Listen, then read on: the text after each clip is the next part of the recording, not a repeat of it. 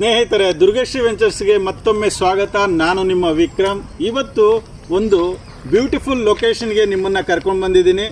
ನೋಡ್ತಾ ಇರ್ಬೋದು, ನಿಮಗೆ ಒಂದು BDA ಲೇಔಟಲ್ಲಿ ಎಂಟ್ರಿ ಆದರೆ ನಿಮಗೆ ಯಾವ ಥರ ಫೀಲ್ ಆಗುತ್ತೋ ಆ ಥರ ನಮ್ಮ ಲೇಔಟಲ್ಲಿ ಎಂಟ್ರೆನ್ಸ್ ನಿಮಗೆ 60 ಫೀಟ್ ರೋಡ್ಸು, ಸಬ್ ರೋಡ್ ಬಂದ್ಬಿಟ್ಟು 30 ಮತ್ತು 40 ಅಡಿ ರಸ್ತೆಗಳನ್ನ ಕೊಟ್ಟು ಒಂದು ಸುಂದರವಾದಂಥ ಲೇಔಟ್ಗೆ ನಿಮ್ಮನ್ನು ಕರ್ಕೊಂಡು ಬಂದಿದ್ದೀನಿ.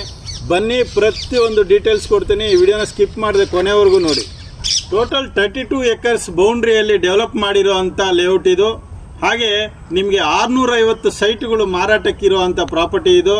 ಹಾಗೆ ಇದು DC ಕನ್ವರ್ಷನ್ ಆಗಿ ಖಾತಾ ಆಗಿರುವಂಥ ಪ್ರಾಪರ್ಟಿ. ಹಾಗೆ ಬ್ಯಾಂಕ್ ಲೋನ್ ಸಮೇತನೂ ಆಗುತ್ತೆ.